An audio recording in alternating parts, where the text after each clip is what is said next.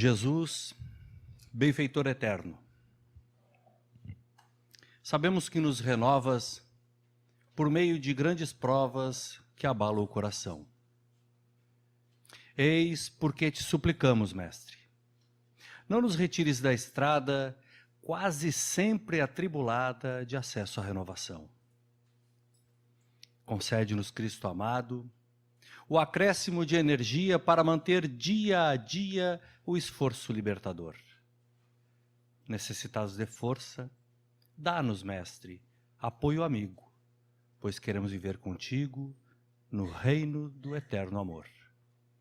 Com esse poema oração de autoria de Maria Dolores Espírito, psicografia do saudoso apóstolo da mediunidade Francisco Cândido Xavier, nós queremos cumprimentar a todos os irmãos aqui presentes, encarnados e desencarnados, rogando a Jesus, o benfeitor da humanidade, o amigo incomparável de cada um de nós, que nesses parcos momentos e que estivermos aqui reunidos em sua casa, que Ele nos acolha e nos mantenha em sua paz. Boa noite a todos. Como bem disse a nossa irmã, o tema que fomos convidados a trazer para as nossas reflexões da noite é extraído do Evangelho segundo o Espiritismo, capítulo 25, que tem o título Buscai e achareis. E o subtítulo, Ajuda-te, que o céu te ajudará.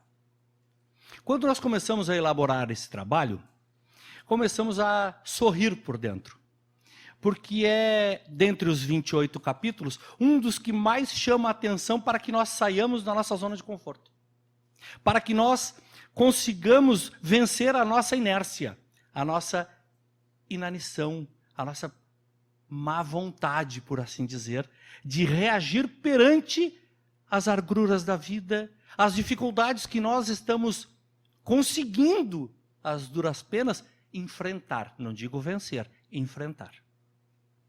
Quando nós começamos a elaborar esse trabalho, nos lembramos quando nós dirigíamos a nossa casa lá, Discípulos de Cristo em Guaíba, que certa vez vieram para mim e disseram, Walter, alguma coisa está acontecendo de errado.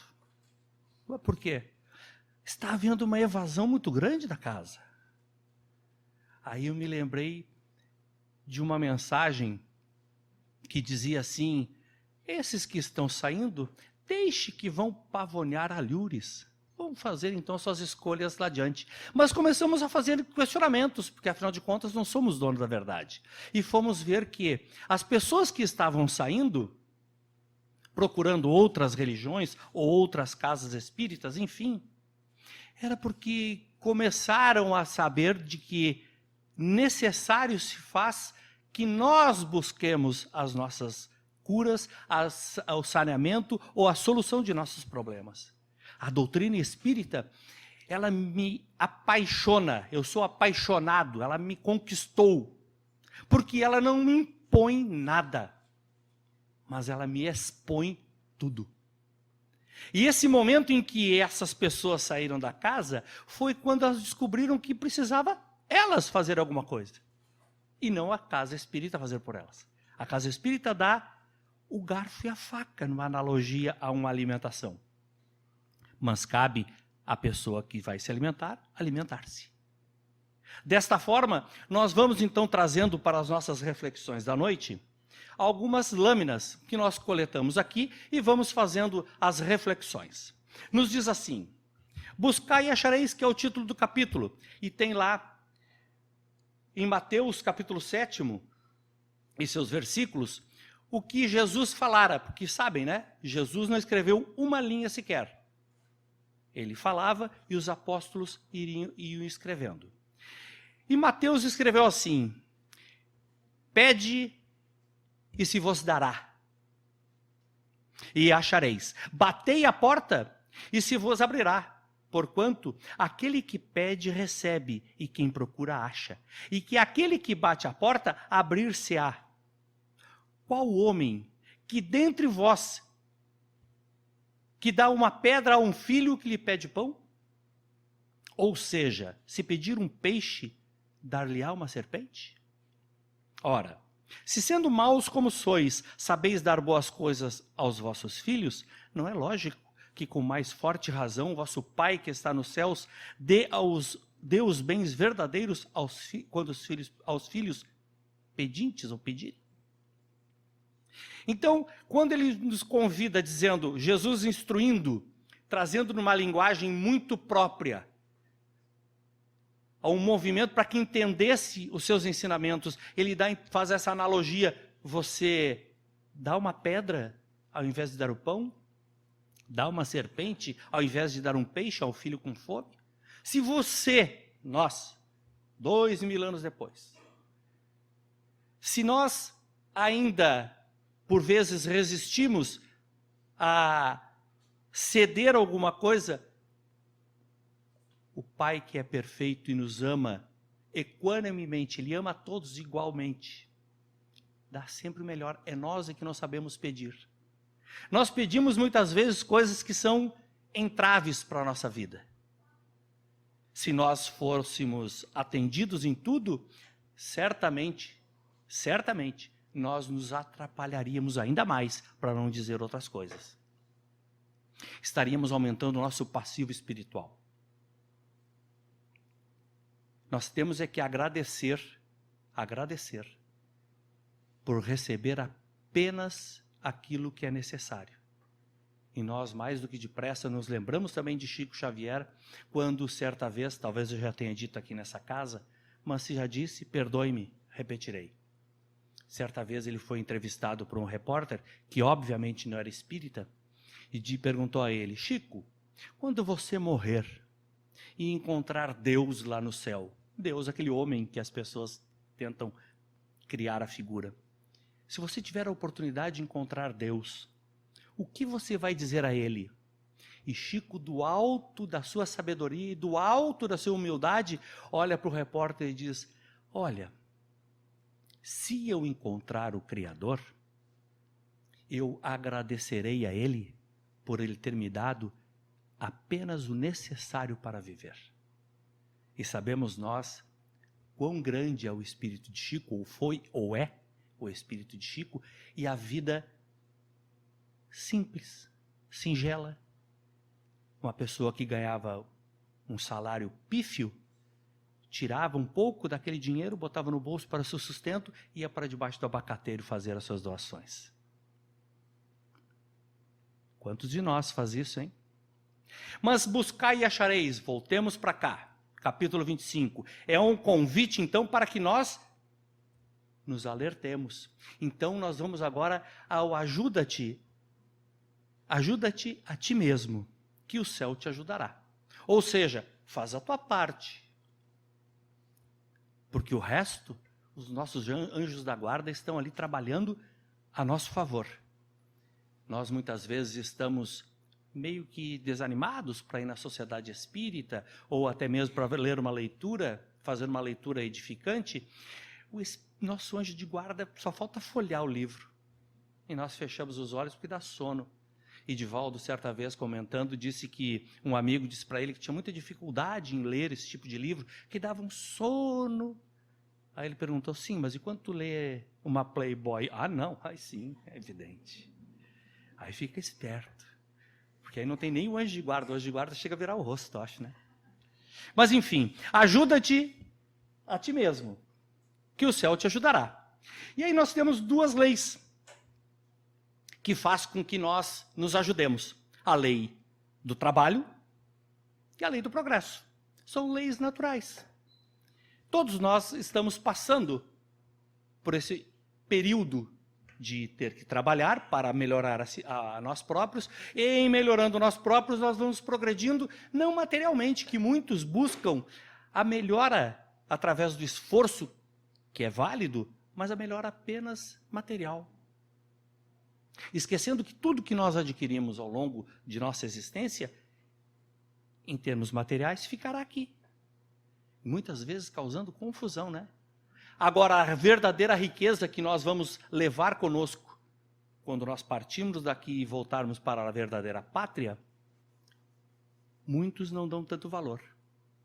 Mas é essa valorização que o tema nos convida quando diz para nós ajudarmos-nos a nós próprios, porque o céu nos ajudará. Ou seja, a espiritualidade nos ajudará. Quando nós adentramos hoje aqui, tivemos a grata surpresa de ver um amigo que retorna a casa. E naquele mesmo instante, nós sentimos a influência dos benfeitores da casa. E é desta forma que nós nos sentimos agora imantados. Imantados por essa energia benfazeja. E não é apenas nós estamos falando aqui, dizendo que venha até a casa espírita, sente, tome passe, traga água fluida para ser fluidificada, assista palestras e volte para casa. Não. Aqui todos nós somos recebidos de braços abertos, sim, pela espiritualidade, pelos irmãos encarnados, trabalhadores da casa e pelos irmãos do plano maior. Agora o nosso desafio é sairmos daqui levando conosco todas essas energias e transmitir ou exemplificar ou materializar essas energias, se podemos assim dizer, no meio da sociedade que muitas vezes, e não raras vezes, nos cobra e nos avalia pelo ter e não pelo ser. É uma sociedade hipócrita que nós fizemos parte, evidente. Mas, como nos diz o capítulo 17 do Evangelho, o homem de bem, o sede perfeito, falando do homem de bem, que nós temos que aprender a viver a nossa época. Temos que viver da nossa época a exemplo do Cristo quando vivia no meio daqueles corrompidos, daqueles viciados, daqueles que faziam todas as maldades e nem por isso ele se contaminou.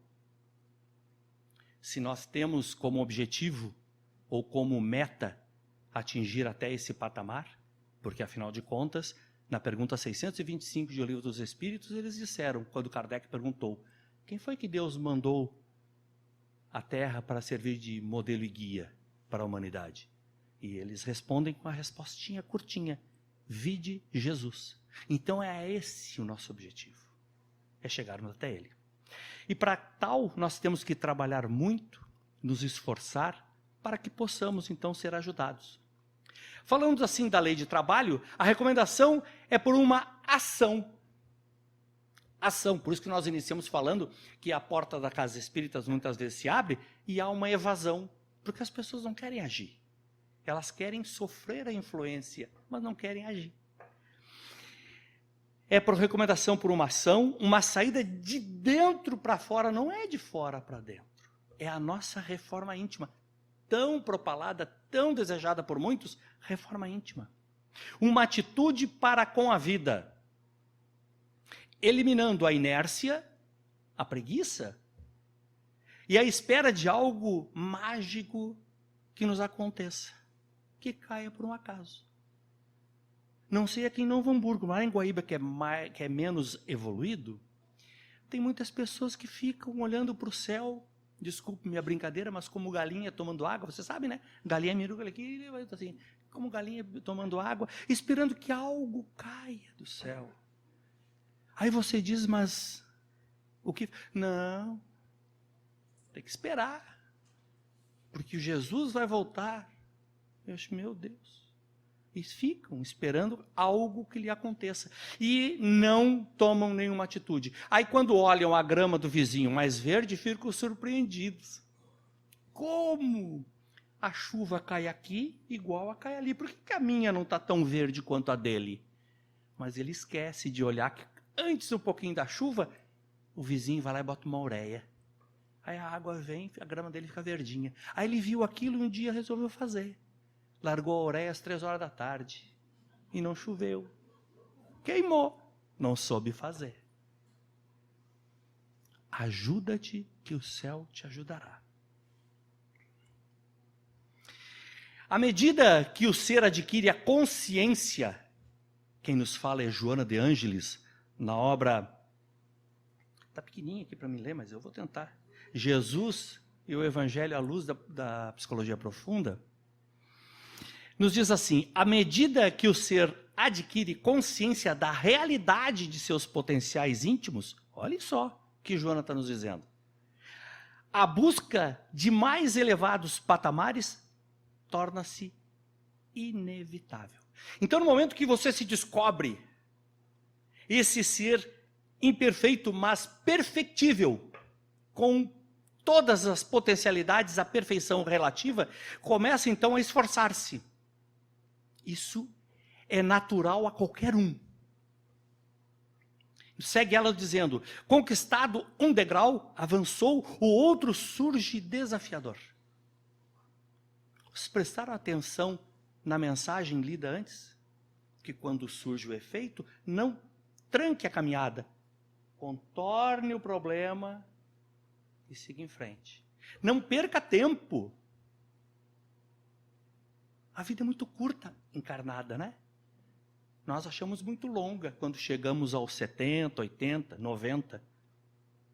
Isso é um estalar de dedos. Surge então um outro desafio, enriquecido de possibilidades antes não conhecidas. Então, é o autoconhecimento. Pergunta 919 do Livro dos Espíritos. Quem tiver curiosidade, leia.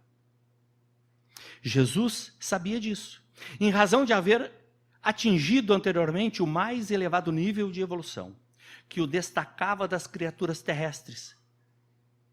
Assim sendo, propôs que ninguém se satisfaça com o já conseguido, antes cresça, busque, entregando-se ao esforço incessante da libertação, a emancipação que nós queremos.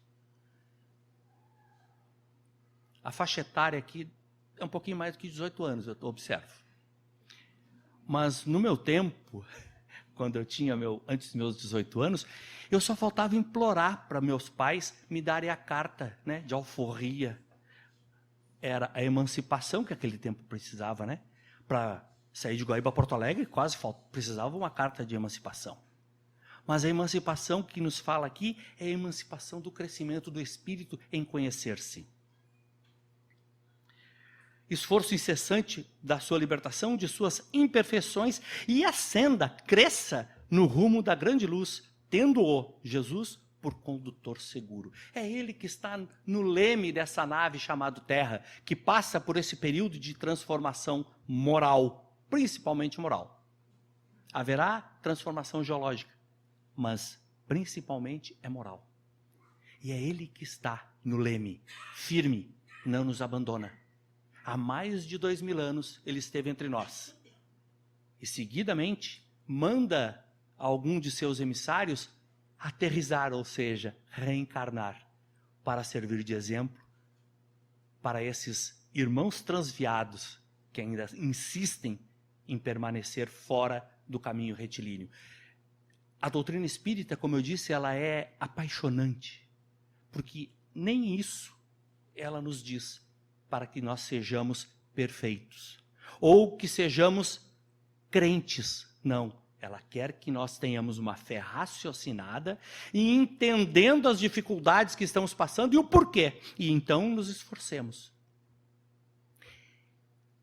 Por isso é que muitos nos olham de fora e quando nós estamos passando por uma dificuldade, e o espírita passa por dificuldade, sofre. O espírita chora, viu, gente? O espírita chora. Aí eles ficam dizendo, mas tu é espírita? Sim, eu sou espírita, mas eu sou de carne e osso. Eu sofro. Eu sinto as dificuldades. Agora, eu entendo o porquê das dificuldades. Em sabendo o porquê, é o convite que nos faz essa noite, arregimentemo-nos interiormente e vamos vencer qualquer dificuldade. Sabendo que tudo passa, tudo. A dor, a tristeza, a alegria, a bonança, a beleza, a feiura, tudo passa. Então nós temos que ter amadurecimento espiritual para conviver e dar tempo para que as coisas passem. E não fiquemos embriagados quando estamos passando um momento de mar espelhado, digamos assim, onde não tem turbulência, achando que tudo está bem. E aí mais adiante nós vamos falar sobre o ócio. Porque quando nós menos esperamos, bate um vento contra meu filho, o barco balança e nós não estamos preparados, porque nós estávamos na rede. Principalmente esse momento em que estamos passando, em que o planeta está a passos largos, caminhando para essa evolução citada, que os Espíritos nos disseram, é que vem esses turbilhões. Quando nós estamos pensando que estamos bem, cuidado. Cuidado. O benfeitor Emmanuel nos fala assim: ninguém esqueça a verdade de que o Cristo se encontra na porta de todos os templos religiosos do mundo. Olha só. Ninguém esqueça a verdade de que o Cristo se encontra na porta de todos os templos religiosos do mundo, perguntando com interesse aos que entram: que buscais? O que nós estamos buscando quando nós entramos por aquela porta? É só receber? E quando saímos ali na porta, damos aquela chacoalhadinha e diz: sai que esse corpo não te pertence. Não. Não é. Nós viemos aqui para buscar, introspectar e praticar. Entrando então na lei do trabalho, nos diz que se Deus houvesse isentado do trabalho do corpo o homem, seus membros se teriam atrofiados. Se houvesse isentado do trabalho da inteligência, seu espírito teria permanecido na infância, no estado de instinto animal. Vejam que nós estamos numa caminhada evolutiva. Nós, espíritos, vamos reencarnando com afeições melhores. Nós já fomos pior, hein? Agora nós estamos mais bonitos, mais inteligentes, sabendo que o trabalho é uma dádiva. É uma dádiva que faz com que o homem burilhe os seus modus vivendi e vá conquistando através do seu trabalho, da sua inteligência, aquilo que melhor lhe aprouver. Não vacilemos, porque tudo está encadeado. E vamos lá na pergunta 676 de O Livro dos Espíritos, quando Kardec pergunta: por que o trabalho é imposto ao homem?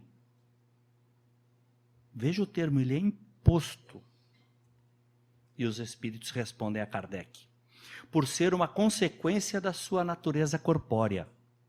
É uma expiação e, ao mesmo tempo, um meio de aperfeiçoar a sua inteligência. Sem o trabalho, o homem permaneceria na infância intelectual. E por isso, que seu alimento, segurança e bem-estar depende do seu trabalho e da sua atividade.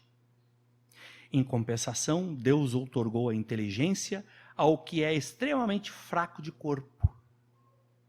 Mas é sempre um trabalho. E de fato, nessa caminhada não longeva que esse que vos fala tem, mas com algum tempo já e conhecendo algumas pessoas, é bem assim. Nós encontramos pessoas frágeis do corpo, mas com uma inteligência fora do comum. Fora do comum. E é através do esforço, do aprendizado, se tornaram autodidatas. Muitos. Não vamos citar nomes, mas vamos dizer que muitos do nosso conhecimento ficamos abismados com o conhecimento que tem, e as pessoas, eu tenho uma amiga que veio me perguntar certa vez por um amigo meu, que ela conhece, e que tem um conhecimento bárbaro, de doutrina espírita, e para tudo ele tem uma explicação na vida. E veio me perguntar: Walter, tu sabe até qual é a escolaridade do fulano? Eu disse: não, mas ele deve ter feito umas 2 ou 3 faculdades. Isso eu te garanto que não. Mas como é que ele sabe tanto? Porque esforça-se em aprender. Esforça-se. Nós podemos agora dar o nome de um que é comum a todos, o nosso querido Divaldo Pereira Franco. Divaldo é um autodidata. Se você quiser falar de corpo humano, ele te dá uma aula. Se quiser falar em química, ele fala. Se quiser falar em física, ele fala. Astrologia, ele fala. Por quê? Porque ele foi atrás. Ele ajudou. E o céu ajudou ele. O céu nós podemos dar um nome, talvez, nesse caso. Joana e outros benfeitores. Mas porque ele se colocou à disposição para aprender. Chico Xavier foi outro. Bárbaro. Porque ele se colocou à disposição e quis aprender. Então somos nós que temos essa oportunidade. Martins Peralva nos fala, através do trabalho material, propriamente dito, dignifica-se o homem no cumprimento dos deveres para consigo mesmo, para com a família que Deus lhe confiou, para com a sociedade de que participa. Então nós não podemos nos tornar um fardo. Um fardo. Para quem quer que seja, nós temos que colaborar, nós fazemos parte dessa engrenagem do progresso, seja ele social, familiar ou universal. Nós fazemos parte. Mas eu sou tão insignificante, eu sou apenas um grão de areia. Eu vi outra vez um amigo comentando comigo. E eu disse, mas a montanha se faz com grãos de areia. Se faltar um grão de areia, talvez a montanha não se faça. Você faz parte. Esforça-se. Pelo trabalho espiritual, exerce a fraternidade com o próximo e aperfeiçoa-se no conhecimento transcendente da alma imortal. Então nós vamos nos conhecendo e vamos vendo que eu não sou o Walter, eu estou o Walter. Eu sou um espírito que estou na minha caminhada evolutiva, tendo as minhas provas a passar, e expiar as minhas dívidas. Fazer com que o Walter perdesse o medo e viesse para a tribuna falar, todo mundo pode achar, e tenham a certeza, estão redondamente enganados. O Walter sabe muito, não, o Walter deve muito. Porque a voz do Walter bate a parede, ecoa e entra nos seus ouvidos. E vir aqui falar de doutrina espírita, que é apaixonante, volto a dizer, e não exercitar, me tornarei um oco, e eu não quero. Então eu me esforço, tenho minhas limitações, não estou fazendo uma autobiografia, longe disso. Estou apenas dizendo que sou e preciso muito crescer. E esse é o desafio dessa noite. Quando nós estávamos fazendo as lâminas, muitas vezes ficava com as faces vermelhas, o suor me pegava, eu diminuía a pressão do ar-condicionado para ver se melhorava. Não, era vergonha. Era vergonha de achar isso aqui, mas isso aqui ainda está faltando muita coisa. Mas ainda falta coisa para me fazer, graças a Deus que eu estou tendo a oportunidade de saber que falta muita coisa para fazer. E eu me esforço. É o convite que eles nos fazem, que a doutrina espírita nos faz hoje. Nos esforcemos. Seguindo, é conhecida, e aí vem o ócio, é conhecida uma história de certo cidadão que, havendo partido desta vida, demorava-se na erraticidade e absoluta e prolongada ociosidade. Ele não era baiano, viu? Nada lhe sendo exigido que fizesse, ou seja, sempre na rede. Conta-nos que tudo lhe sorria, mas que a certa altura dos acontecimentos já implorava aos bons gênios que o retirassem daquele paraíso de contemplação, pois que se enfadara do ócio e da inutilidade. Só então soube que estava a rigor mesmo nas estâncias do inferno. Para nós era o purgatório ou umbral. A ociosidade era-lhe o suplício. Aí está aí a criatura sendo carregada. Tudo bem, agora eu vou tirar férias. Tem uma amiga minha lá na Sociedade Espírita que é muito engraçada. E conversando, e nós dissemos, olha, se nós achamos que estamos comprometidos com a causa e estamos trabalhando muito, nós não vamos deixar de ser espírita. Nós faremos parte de uma coletividade ou de uma sociedade espiritual, por assim dizer, espírita, quando partimos para a erraticidade de espíritos espíritas, porque nem todo espírito é espírita, né? E que quando nós chegamos lá, aí nós vamos continuar trabalhando, espichou os beijos, não quero mais desencarnar. Porque vai ter que trabalhar. Nós temos que trabalhar e não ficar no ócio, porque o ócio nos atrasa, nos puxa para baixo. Na pergunta 780, Kardec, então, falando da lei do progresso, já que nós temos que sair da ociosidade, e em saindo da ociosidade, fazendo realmente um trabalho profícuo, nós progrediremos. É a lei natural. Kardec pergunta, o progresso moral acompanha sempre o progresso intelectual? Eles respondem, é a sua consequência, mas nem sempre o segue imediatamente. Quem teve a oportunidade de ler Os Exilados de Capela, é esse o caso.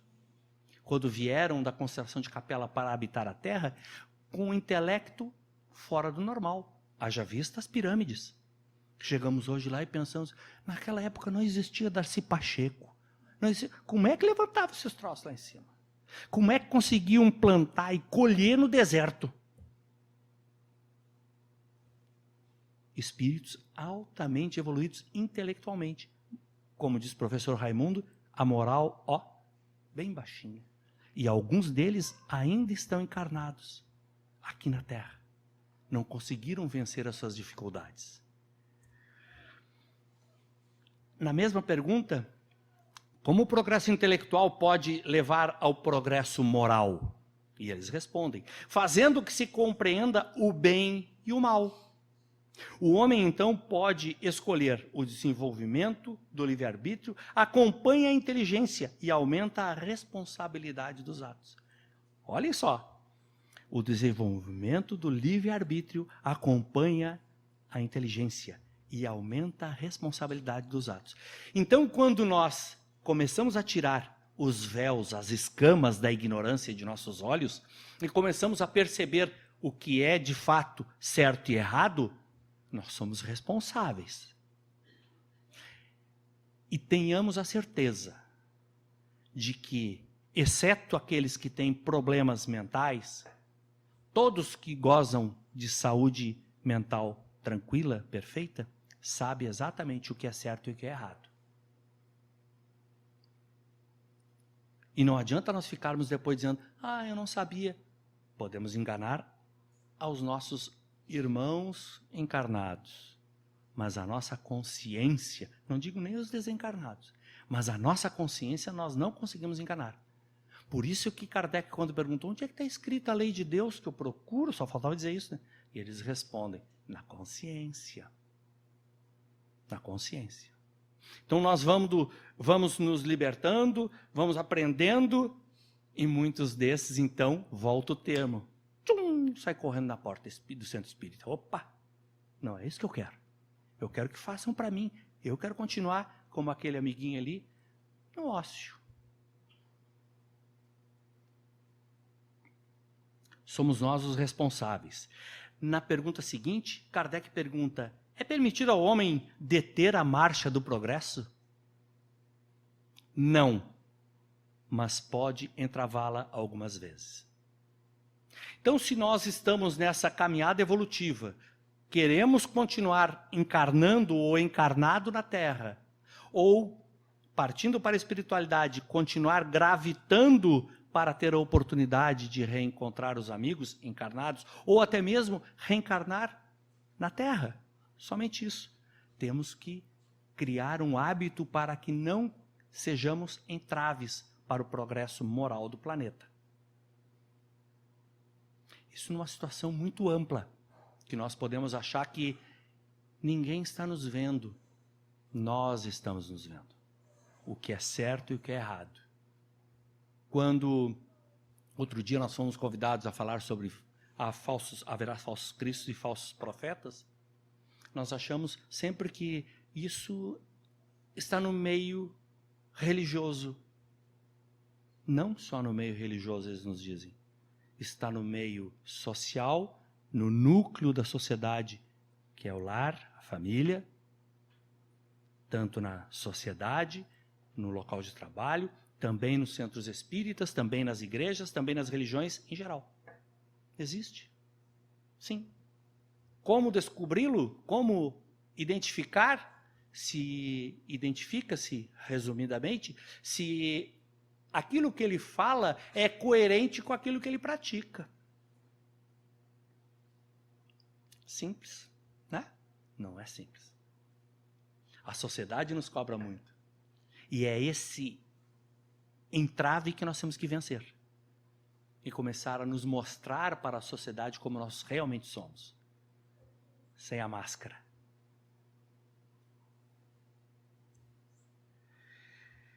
Nós coletamos algumas frases de algumas obras ou de alguns autores. Aqui, se não me falha a memória, é Adenauer Novaes, nos falando sobre renovação consciente, ou seja, o progresso, na lei de progresso. Buscai e achareis nos alerta para a capacidade que temos de mobilizar a energia psíquica a favor do espírito. Essa energia não é física, mas psíquica, e está a serviço do progresso de aperfeiçoamento do espírito. Processo de aperfeiçoamento do espírito. Ela se apresenta como desejo, motivação, determinação, persistência, força de vontade, entusiasmo e assim sucessivamente. Ela não se perde nem se ganha, simplesmente a utilizamos ou não. Ou seja, todos esses predicados, essas oportunidades estão ao nosso alcance. Nós é que temos que nos valer dela ou não. É o nosso livre-arbítrio. É a maneira que nós queremos encarar a dificuldade. Muitos olham a dificuldade e começam a chorar. Muitos olham a dificuldade, sorriem, olham para o céu e dizem: obrigado, Senhor. Está me testando. Então eu vou lhe provar que eu sou forte. E encara a dificuldade com firmeza, com perseverança, até com alegria. Até com alegria.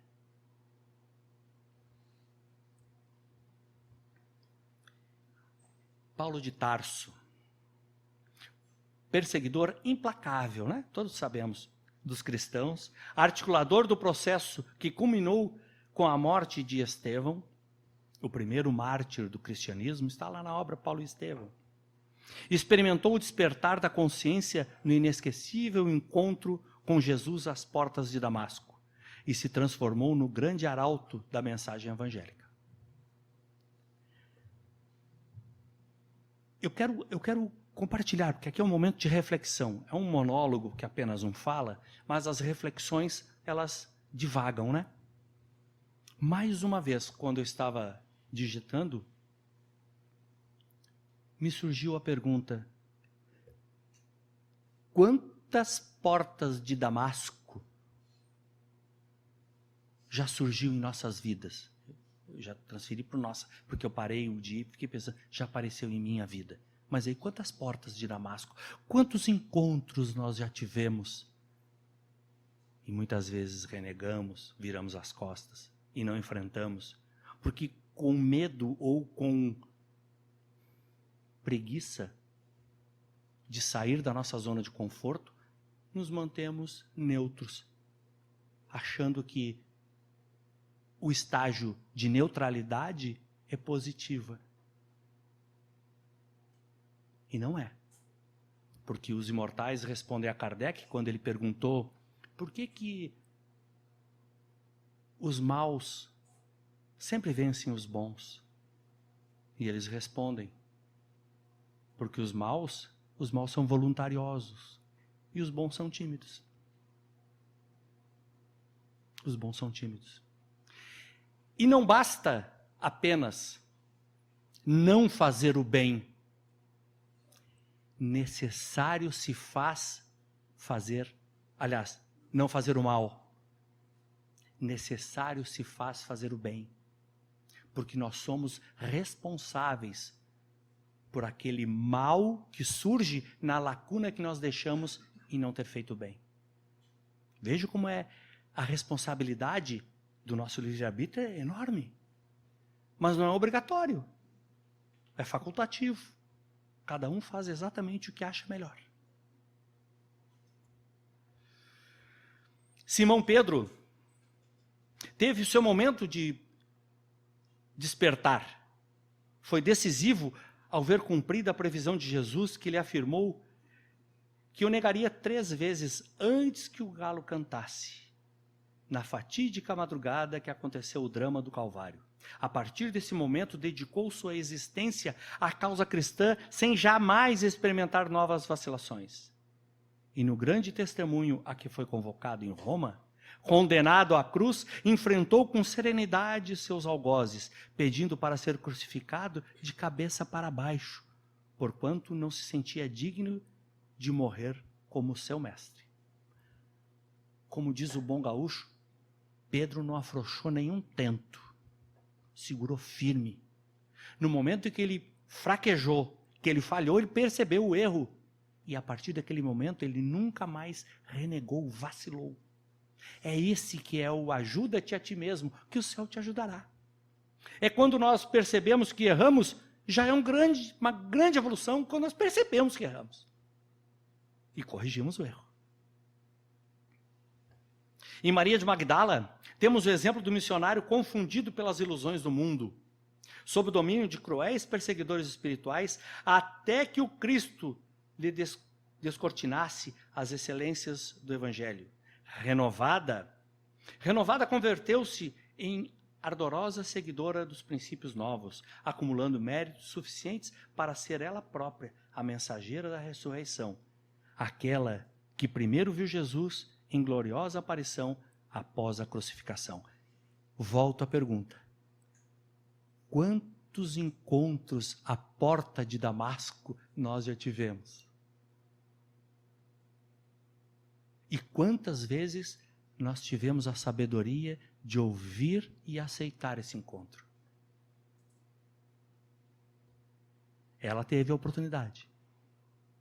Ela assumiu. A pergunta que eu acabei de fazer. E nós? Quando e como iremos despertar? Recebendo esse encontro maravilhoso que a doutrina espírita nos faz. Nos proporciona esse encontro conosco, com o nosso interior, com a nossa consciência, saindo da ilusão e botando os pés na terra. Eu brinco dizendo que não adianta nem botar os pezinhos no chão, não. É enterrar o pé um palmo, com medo de que só o fato de estar no chão pode vacilar. É se arregimentar, se encher de coragem. Sócrates afirmava que ninguém Sócrates afirmava que ninguém que saiba ou acredite que haja coisas melhores do que as que faz ou que estão em seu alcance, continua a fazê-las quando conhece a possibilidade de outras melhores. É isso que está sendo oferecido no banquete espiritual desta noite. É que nós, saindo da nossa zona de conforto, achando que nós estamos na plenitude do nosso conhecimento, conseguimos botar os olhos um pouquinho além do muro que nos cria o obstáculo, a visão, e olhar mais à frente. É quando a lâmina anterior nos disse que quando nós vencemos um obstáculo, uma dificuldade, outra surge. Evidente. Mas isso não acaba nunca. Vai acabar o dia que nós nos tornarmos espíritos puros, que é esse o único destino de cada um de nós. Não é sofrer. O sofrimento faz parte do resgate de vidas pretéritas. É natural. Por isso, eu sofro de uma forma, a minha esposa sofre de outra. Nós somos espíritos individuais. Cada um colhendo aquilo que plantou no passado. Com a oportunidade de vencer, eu brinco dizendo vencer o quebra-molas, o obstáculo. Logo à frente vai ter outro. Mas com certeza, com o amadurecimento espiritual, com o conhecimento que a doutrina nos traz, com a serenidade, os obstáculos vão diminuindo o tamanho e vencê-los se torna mais fácil. Ajuda-te que o céu te ajudará. Aprendamos a introspectar a mensagem evangélica do Espiritismo, à luz da doutrina espírita, de forma que nós vamos buscar a felicidade dentro de nós e não no nosso semelhante. Aprendamos a olhar o nosso semelhante e não julgar. Graças a Deus que os espíritas não julgam ninguém, só observam. Mas aprendamos a olhar e não julgar. Se julgarmos, vamos nos beliscar psicologicamente, dizer errei e corrigir. Vai ter oportunidade de novo que nós vamos julgar. Mas esse espaço já passou uma semana, eu julgava antes todo dia, agora já passa uma semana. Aí daqui a um pouquinho, nós já está passando um mês, quando vê nós não estamos mais julgando ninguém não. Aí nós já vencemos esse obstáculo. É o quebra-molas que vai diminuindo. Ajuda-te, que o céu te ajudará. Façamos a nossa parte, meus irmãos. Façamos o nosso esforço incondicional para vencer as nossas imperfeições. Porque do mais alto, todos, sem exceção, todos benfeitores estão sempre ao nosso dispor. Nós é que não queremos nos colocar em conexão com eles. Façamos um esforço. Busquemos o aprender e o conviver às leis de Deus, aos modos, podemos dizer assim, porque falamos de espiritismo, aos modos da doutrina espírita. Que Jesus nos mantenha em sua paz. Muito obrigado pela oportunidade.